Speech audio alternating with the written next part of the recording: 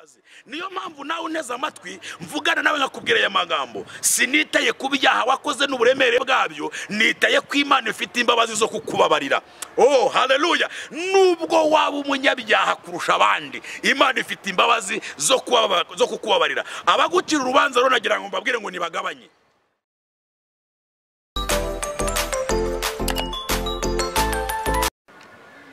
Amahoro y'Imana nawe muri mwe bakunzi ba Urakenewe TV, ineza y'Imana n'urukundo rw'Imana nibane namwe. Dushimiye Imana iduhaye uburyo bwiza bwo kugira ngo tuganire namwe ku ijambo ry'Imana nkuko yabitubashije mu minsi y'itambutse ihise. Turakomeje rero urugendo rwo kugiye kubagezaho ubutumwa bwiza. Turi ku ijambo rivuga ngo ni wowe Imana ikeneye. Bakunzi rero b'ijambo ry'Imana munyemerere nkuko dusanzwe tubikora mu gusenga, tubanze twinginga Imana hanyuma dukomeze tuganira ijambo ry'Imana nkuko Imana yarishyize ku mutima wanjye. Mana mu izina rya Yesu, Imana ishobora byose, Imana ihindura byose bigahinduka, ndagushimiye kubw'ijambo ryawe washyize mu mutima wanjye kugira ngo ryubake imitima ya benshi. Ndasenze kugira ngo abakurikirana iyi channel ya Urakenewe TV babashe kongera guhindurwa abantu badasanzwe, babashe guhinduka abantu bashya, babonera ihumura imbere y'Imana. Amahoro yabatwarire muri bo, umucyo w'Imana no kwera kw'Imana biganza ubugingo bwabo. Tubisabye Imana data mu izina rya Yesu, amen. Bakunze bijambo ry'Imana nkuko twagiye tubibabwira mu bice bitandukanye, dukomeje ikiganiro ni wowe Imana ikeneye. Mukurikirana kuri iyi channel yacu ya Urakenewe TV, kuko Imana ishaka kuba umuntu udasanzwe ugakora n'ibintu bidasanzwe. Haleluya!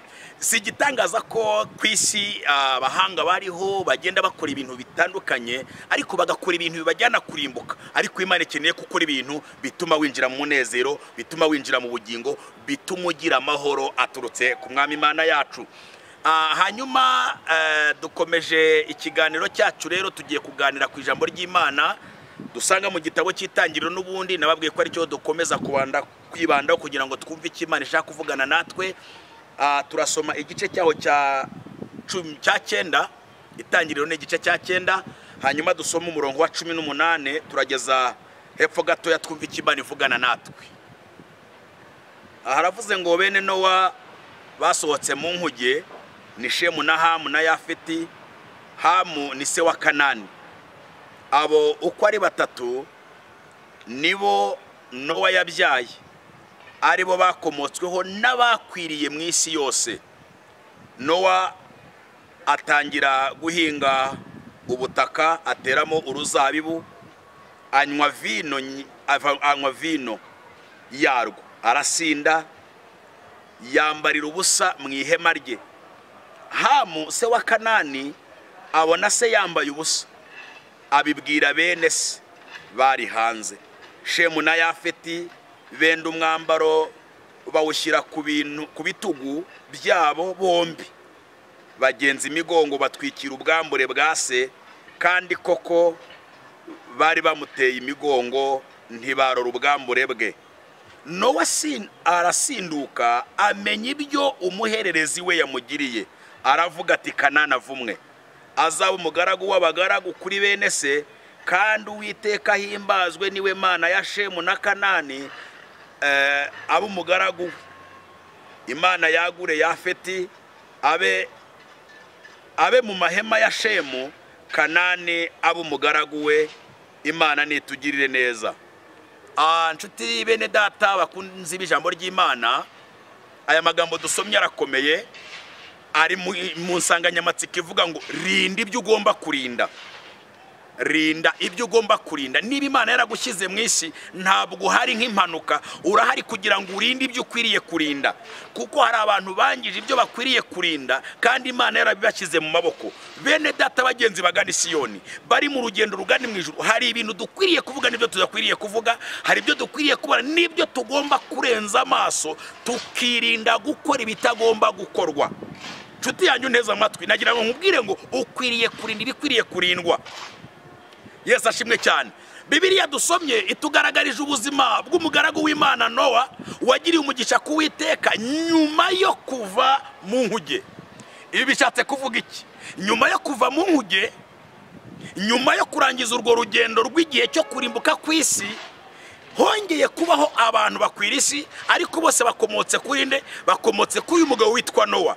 Uyu Nowa Bibiliya igaragaza ko afite abana batatu, uwitwa Shemu n'uwitwa Hamu n'uwitwa Yafeti. Ariko umva ikintu gitangaje, mu bintu bimwe Nowa yagize byagoranye, nuko ineza Imana yamugiriye nyuma yaho yaje guhinga uruzabibu, ngo uruzabibu rweze, ngo anywa vino yarwo bigera ku rwego asinda. Nshuti zanjye, ndagira ngo munyumve neza, niba hari ikintu kijya gitera Imana agahinda, ni ukugirirwa neza n'Imana, aho kugira ngo ube mu mwanya wo gushimira Imana ibyigukoreye, hakaba umwanya wo gusinda ugatakaza ibyo wakagombye gutakaza. Ariko ndagira ngo mbabwire iki ngiki, nubwo Nowa yaje gusinda, yari umugabo wagiriye umugisha kuwiteka. Uwiteka ntiyagombaga kumutakaza uko yiboneye, nta nubwo Uwiteka yari kumukuraho amaboko uko yiboneye, kuko yari yamubonyemo umumaro, kandi agomba gukomokwaho na byinshi, kandi agomba kuzaboneka mu bantu babonetse bakoze ibintu by'ubutwari. Yesu ashimwe cyane. Reka nze mbabwire iki kintu munyumve neza, nubwo hari ubwo ducumura tukagira intege nke, rimwe na rimwe ugasanga Satani yagaraguye abantu mu byaha, ariko hari Imana yuzuye ibambe n'imbabazi. Niyo mpamvu nawe uneze amatwi mvugana nawe nkakubwira aya magambo, sinitaye ku byaha wakoze n'uburemere bwabyo, nitaye ku Imana ifite imbabazi zo kukubabarira. Oh haleluya! Nubwo waba umunyabyaha kurusha abandi, Imana ifite imbabazi zo kukubabarira. Abagukira urubanza rero nagira ngo mbabwire ngo nibagabanye. Ikintu gikomeye cyabaye kuri uyu muntu witwa Hamu, uyu muhungu wa Nowa, nuko ngo gusinda kwa se, ngo yarasinze asindira mu ihema rye. Ndagira ngo munkurikire mu nyumve, yasindiye mu gikingi cye, asindira mu ihema rye. Umwana wabibonye, aho kugira ngo atwikire ubwambure bwa se, arabwandarika, abibwira bene se, abibwira abavandimwe be, arababwira ngo nimuze murebe cya data cyambaye ubusa. Ye baba we, dore akaga gakomeye bagenzi ba Gisiyoni, dore akaga gakomeye torero. Reka babwire bene data, muri ufite gahunda yo kujya mu ijuru, biraziririzwa kwambika ubusa, kutangaza ubwambure bwa so. Umva nshuti zanjye, abantu barubahutse kubera nubwo bagiriwe neza n'Imana, nubwo bagize amahirwe yo kumenya agakiza, ariko ndatangaye bene data, ndababaye kandi mfite agahinda kenshi, kuko abantu bageze ku rwego bambika ubusa ababyeyi babo. Munyumve neza, abanyetorero mu matorero atandukanye murabizi ko abashumba bacara ababyeyi, ariko biratangaje aho ababyeyi uyu munsi bagiye bambika ubusa n'abana babo, bakabashyira mu bitangaza bakuru bitandukanye, barimo bagenda babasebya. Ntabwo bikwiriye nshuti z'Imana. Umva ibyabaye kuri uyu Kanani. Uyu Kanani ni umwana wa Hamu, ariko dore ikintu gitangaje mu gitabo cyo Kuva igice cya 20 umurongo wa 5, Bibiliya ivuga neza ko ari Imana ikiranuka, ari Imana idashaka ko hari abantu bahimbaza ibigirwamana bigera ku rwego ibabwira ngo ndi Imana ifuha kandi mpora abana gukiranirwa kwa base. Umva nshuti zanjye, nubwo Nowa yari yakoze icyaha, yari yasinze, ntabwo umwana we yarakwiriye kumwambika ubusa. Nshuti zanjye bene data, bari gufata umubyeyi bakamwambika ubusa, nagira ngo mbabwire mugabanye, nimurekeraho. Ntabwo icyo ari cyo gihe, ntabwo bikwiye. Ibyo bizana ingaruka, bigira konsekanse kandi iri negatifu. Nshuti zanjye, ibi bintu byateye agahinda, kuko ngo igihe Nowa yarasinze atyo, ngo bene se bamaze kubyumva, ngo bafashe umwitero bawushyira ku bitugu, baragenda ngo bagenza umugongo, barangije batwikira ubwambure bwa se. Nshuti bene data, nimureke kwambika ubusa ababyeyi banyu, nimureke guharabika ababyeyi banyu. Bagabo mureke guharabika abagore banyu, bagore mureke guharabika abagabo banyu. Nubwo baba abanyantege nke, begereza Imana, kuko Imana yuzuye imbabazi. Nubwo baba abanyantege nke, undi munsi baba abanyembaraga. Nubwo uyu munsi bacogora, ejo bakongera guhagarara bakaba abanyembaraga. Wikwambika ubusa ababyeyi. Ndabibabwira bene data, nimuhagarare mu nshingano zanyu, kuko Imana ibahaye uburyo bwo kugira ngo turinde ibyo dukwiriye kurinda, twe kwandagaza abo dukwiriye kurinda, twe gukora ibintu bidakwiriye gukorwa, ahubwo duhagarare mu mwanya ukwiriye wo guhesha Imana icyubahiro. bene data munkurikiye, ndagira ngo mbabwire ko uyu mukozi w'Imana Nowa ngo amaze kumenya ibyamubayeho yakoze ikintu gitangaje, ngo yahise aganiriza abahungu we, arangije aravuga ngo Kanani avumwe, kuko biri yavuze ngo ihora abana gukiranirwa kwa base. Uyu Kanani wavumwe ninde? Ni umuhungu neza neza wa Hamu. Uyu Kanani wavumwe niwe wari uhagarariye igihugu cy'i Kanani. Ndagira ngo mbibutse ko urubyaro rwa Kanani cyangwa se urubyaro rw'i Kanani niho havuka Abaheti, havuka Abahivi, hakavuka n'Abanyakanani nyine bene icyo gihugu. Ngo abo bose ni urubyaro rukomoka kuri Kanani. Ariko biratangaje kuko Uwiteka yavuze ngo Shemu urubyaro rwe ngo rugende rube mu mahema ya Kanani cyangwa se mu mahema ya Hamu.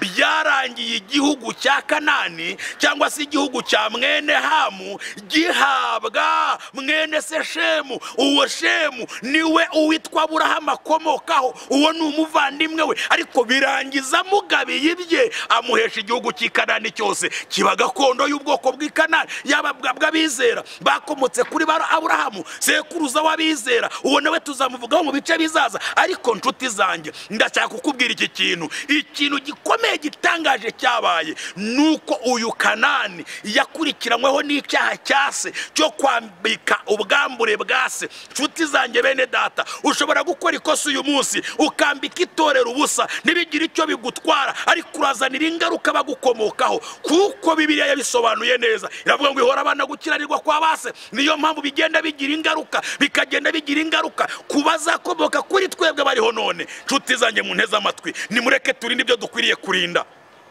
mureke tuvuge ibyo dukwiriye kuvuga, mureke twamamaze Yesu twere kwamamaza amakosa y'abantu, mureke twamamaze Yesu twere kuvuga amafuti y'abantu. Amafuti y'abantu hagira anakemurirwa, niba ari bigomba kujya mu njyanama bijye mu nama bikemurwe. Ariko ibinyamakuru ntabwo itangazamakuru ari ryo kuvuga izi nenge zigiraho zikosorerwa, ni ryo kwamamarizaho ubutumwa bwiza. Niba hariho social media, mureke twamamaze Yesu, tuvuge imbaraga z'Imana, tuvuge gukora kw'Imana. Yesu arahari, mureke tumuvuge. Imana irahari, mureke tuyivuge. Kuvuga abantu ntacyo bimaze, kuvuga abantu ntacyo bihindura, kuvuga abantu ntacyo byubaka. Igifite agaciro ni ukubaka ubwami bw'Imana. Nshuti zanjye munteze amatwi, ni wowe Imana ikeneye ngo uhindure ibintu, ni wowe Imana ikeneye ngo ubake ubwami bw'Imana, ni wowe Imana ikeneye ngo urinde ibyo kurindwa. Mureke turinde ihema ry'Imana, mureke turinde ubwami bw'Imana, nimureke turinde isezerano Imana yaduhaye, kuko yaduhamagaye turabo kwizerwa kugira ngo tube abanyamumaro mu gihe nk'iki. Nshuti zanjye munteze amatwi, ndagira ngo mbinginge, we wari umaze gucogora, we wari umaze kunanirwa,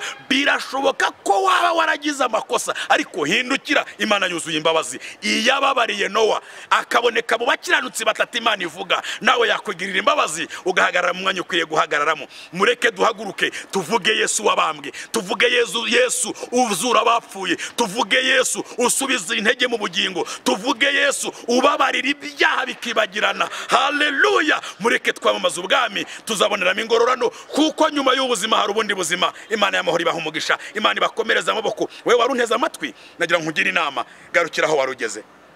Ni wowe Imana ikeneye ngo uhamye Yesu gusa, ni wowe Imana ikeneye ngo umuntu udasanzwe, ni wowe Imana ikeneye ngo ubikitegerezo cy'abandi, ni wowe Imana ikeneye ngo ikuraga amasezerano y'umugisha, ikuraga ubugingo, uzabe mu bwami buhoraho. Imana iguha umugisha, Imana igukomereza amaboko, ineza y'Imana ikubeho ku manywa ndetse na nijoro. Unyemerere ngo usengere Imana, nawe uhagarare mu mwanya ukwiriye guhagararamo. Haleluya! Ni wowe Imana ikeneye ngo umunyamumaro, ni wowe Imana ikeneye ngo umuntu udasanzwe. Mana, mu izina rya Yesu, izina risumba yandi mazina yose, umugisha umuntu uteze amatwi iri jambo. Ibyabaye kuri Kanani n'umubyeyi w'umubyara witwa Hamu ntibizamugireho ingaruka, ntibizatugireho ingaruka. Twamaze kumenya ukuri, turi nibyo dukwiye kurindwa. Reka turinde isezerano waduhaye, turinde ijambo washyize muri twe, duhagarare mu mwanya dukwiye guhagararamo kugira ngo tuzaraganwe ubwami. Icyubahiro cyawe kiganze mu mitima yacu none iteka ryose mu izina rya Yesu, amen. Imana ibaha umugisha. Ndagira ngo ukurikiranye iyi video umaze kumva ijambo ry'Imana, kanda subscribe aho handi amagambo atukura, ukoreshe ndetse na like, kugira ngo ijambo ry'Imana rikomeze kugera ku bantu bose, ndetse no kuri wowe n'abandi ubigezaho bazakomeze kunguka. Imana iguha umugisha mu izina rya Yesu. Shalom.